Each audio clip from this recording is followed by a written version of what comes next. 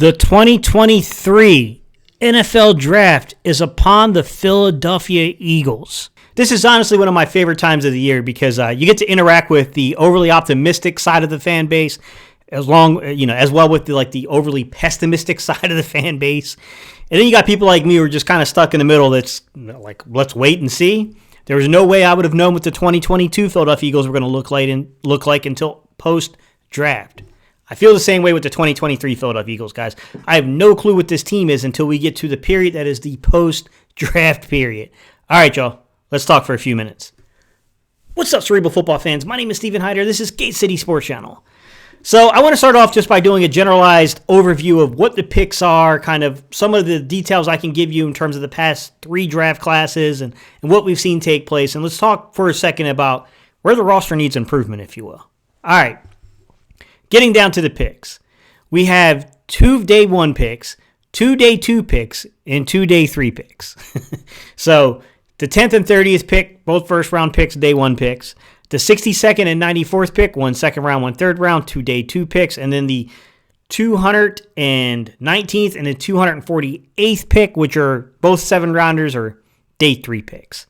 So the first thing I'll start off by saying is that going back and studying the Philadelphia Eagles draft class, what I've noticed is that the Eagles have a tendency over the past 3 draft classes to make 3 day 1 and day 2 or top 100 selections. And I get there's some complexity here because of the Davion Taylor situation where he is technically a day 2 pick. He is technically a 3rd round pick. He's also the 103rd overall selection. So there's a little give and take with that assessment that I'm making. With that said, I will point out we have had opportunities in the past to make multiple selections inside of that top 100. Just last season, at one point, we held 3 first-round picks. We traded 1 to get A.J. Brown, and we made a selection. So what I am specifically referring to, guys, is making a selection. Recent trends, recent history would suggest that we will make 3 picks, but we got 4. We do got 4, and we got a ton coming up next year. So I think the first things we could talk about is this a situation to where the Eagles might manipulate move boards and go up and down trying to target somebody, right? Trying to get, that potential player they want. Or are we in for an A.J. Brown-like scenario on draft day to where we identify a guy that is coming towards the end of a rookie contract that probably has fallen out of favor with his current, organization and staff, and wants an opportunity to go somewhere else and to play some ball. I mean, that's the flip side here, guys, is that we could target players. We could not have any willing trading partners or in either direction here, whether it's to trade for a player or to trade back or forward or whatever to target anyone. And you might be forced to pick, right? I mean, there's a lot to go over here. So could we make 4 picks in the top 100? Sure. I mean, there's nothing that precludes us from doing that. Have we done it recently? No, we haven't. Should people maybe feel like the Eagles might be trying to look and identify somebody that is already in the league? I think there's reason to suspect that as well. So first thing I'll say is just judging from everything that I saw here, just be wary. Be wary of the fact that, we tend to only make 3 selections inside the top 100, and we are not shy to trade either targeting a player or to trade to go get player already in the league and add to the roster. We'll see how it shakes out on draft day, guys. All right, the number 2 thing I'm going to talk about in terms of generalized trends that I had known. The fascination with the 4th round in the Philadelphia Eagles. And this is probably a weird one because you're like, hey, Gabe, man, I'm looking at the 2022 draft, and can you point to the 4th round pick you're referring to? There doesn't exist one. To be fair, there doesn't exist one. But what did the Eagles do? I mean, think about this for a second. We didn't make a 4th round selection in 2022, although we did in 2021 and 2020. But what did we do in terms of trying to build the roster last year, in terms of trying to challenge the depth, in terms of trying to bring in guys that key backup positions? Well, we went out there and we made moves like Ian Book and Janarius Robinson, right? Ian Book being the 3rd quarterback on this roster and the scout team guy. And then Janarius Robinson, I think look, there's talent there, but I still think he's got to have to fight his way onto the roster if I'm going to be quite honest, right? And then in addition to that, you had the year before they traded for Josiah Scott, who was he was at one point a 4th round pick by the Jacksonville Jaguars. And then they actually signed and had a cup of coffee, a cup of tea, whatever, with LaMichael Pirine, who was a big physical running back that they got before they ended up getting Trey Sermon, who was a 3rd round pick himself. So, I mean, there is some kind of a fascination, I would say, with this organization with trying to identify people in the fourth round. And then there's the picks that we've made in the fourth round, the Zach McPhersons, the Kevon Wallaces, if you will, the Jack Driscolls. Just to speak about that for a second. In my opinion, Zach McPherson needs to be put on the inside. Move him over as the main backup nickel corner, the main backup to Avonte Maddox. I love Josiah Scott. There's nothing personal, man. It's not personal with Josiah Scott. I think Josiah Scott is a fine short zone defender, but he was not able to match and carry. I know that he's got great combine numbers. Zach McPherson's are better. Zach McPherson looked like he had more ability to me to actually match and carry with a guy than what I saw from Josiah Scott. When Avonte Maddox goes down, I mean, our defense isn't the same. At one point we had to move C.J. Gardner-Johnson down and have him play some snaps there in terms of the slot because we were getting killed. So, number one, that's what I would do with Zach McPherson. Let's find a fit for Zach McPherson. We thought it might be that third outside corner. I don't think that's going to be his spot, man. I just don't. I think his ultimate area would be as the nickel. I think that's where he's his best. To be quite honest, I would bounce him inside. Going back to some of the other guys, Kevon Wallace. Guys, it's disappointing. What can I say? I was one of those people, just like some of you that are watching this channel, that thought hey, man, Kevon Wallace he's not the best athlete per se at the position, but I felt like playing at Clemson, the guy might have a shot to developing into something a down-the-line starter someday. That is not, to me, does not look like it's going to materialize. But speaking of old Gate, I had him off my roster last year when I did my initial 53. I was like, I'll probably move on from him.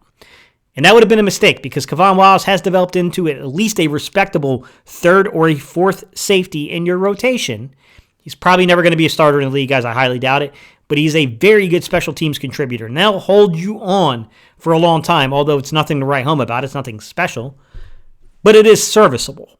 He's a serviceable player. And then Jack Driscoll, to me, is a really, really good six-man off the bench.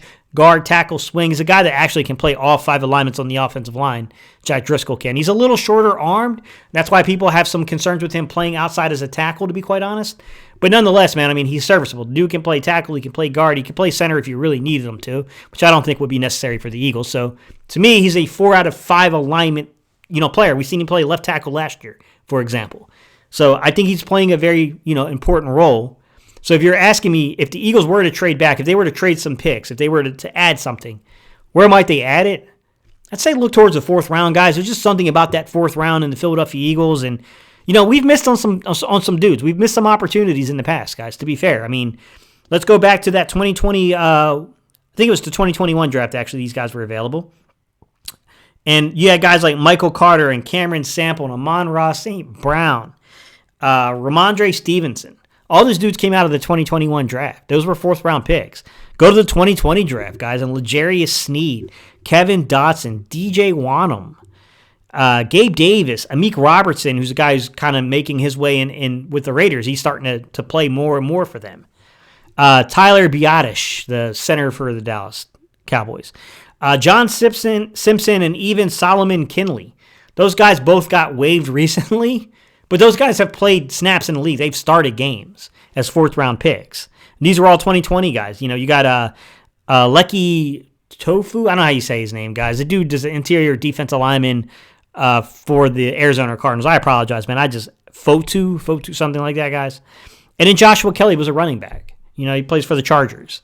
So, I mean, there's been opportunities, to pull and pluck guys that can play in the league in the fourth round. So, I would kind of look towards maybe the fourth round as an area where the Eagles might potentially do something. You never know. It's hard to say, guys.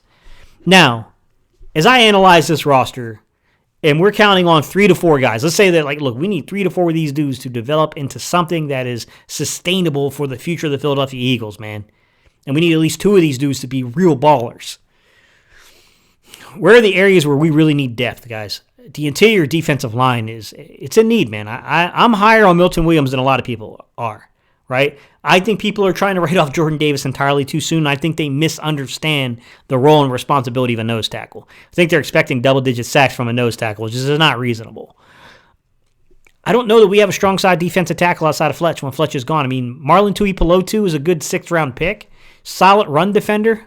I didn't see a lot from him in terms of his ability to get a pass rush.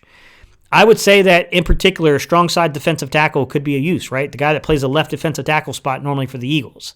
I think that's an area where you could add. And I'm going to have prospects coming up that we're going to break down and talk about that spot.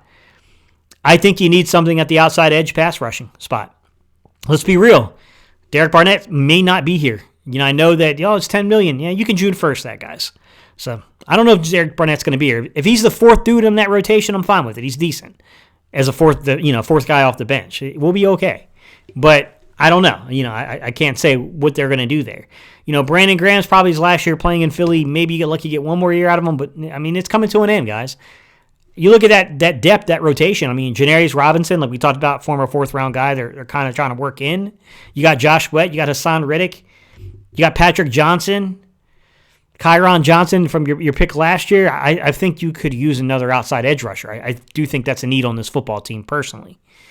Outside corner, I definitely think we could use an outside corner, man. I know you got Bradbury. I know you got Darius Slay, guys, but let's be realistic, dude. Yeah, they got 3-year contracts. Man, you can get out of those contracts if you need to in 2024 or 2025.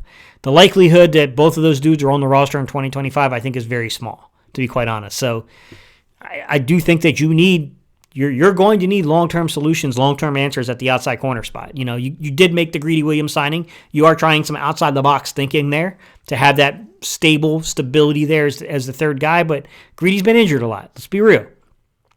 Safety. I don't feel like we are completely 100% secure at safety, right? I do think that you could add a post safety. I do think that the Eagles could use a post safety. I think they got a lot of dudes that come up and play the box. Right now it's kind of Reed Blankenship. Maybe you try to work with Kayvon Wallace a little bit as a post, but I think Kayvon's even more of a box than a post, personally. I think you could use a post safety if I'm being honest about it. And then, of course, you're looking at off-ball linebacker. You got Nakobe Dean. You got Sean Bradley. You got Davion Taylor. You don't have any long-term solutions outside of maybe Nakobe Dean right now. None of these dudes, all of them are coming up on the final, kind of expiring contracts here. They don't have much longer left on those contracts. And then, you got Morrow, who's a one-year deal. So I think the defense, guys, I think if you could pull 2 quality dudes out of this draft, maybe make a trade to get a third guy, I think it helps, man. I think, you're looking at a 2-year rebuild process on the defensive side of the ball. I'm not ruling out them looking to identify a right guard or right tackle. I think it's a spot too where Lane's not going to be here forever. Slot wide receiver. You could potentially make an argument around the backup tight end. I'm not ruling out picking up offensive weapons inside of this draft as well, but it is what it is, guys. There's some spots that need to be filled here. There's no doubt about that. All right, y'all. Leave your comments down below. Hopefully this kind of helps, guys. But we went over it. I talked about the fact that the Eagles, Howie likes to make about 3 trades a draft. They tend to make 3 selections inside the top 100. That could get broken this year. We could be looking at a different scenario to where there's no one to identify to trade for, and there's no one who wants to help us maneuver the board, to target a player. So you might be stuck making 4 picks. That is a real possibility, and that would break a trend. That would buck a trend of recent. So let me know your thoughts down below, guys. I appreciate y'all's time and attention. I'll see y'all on the next video.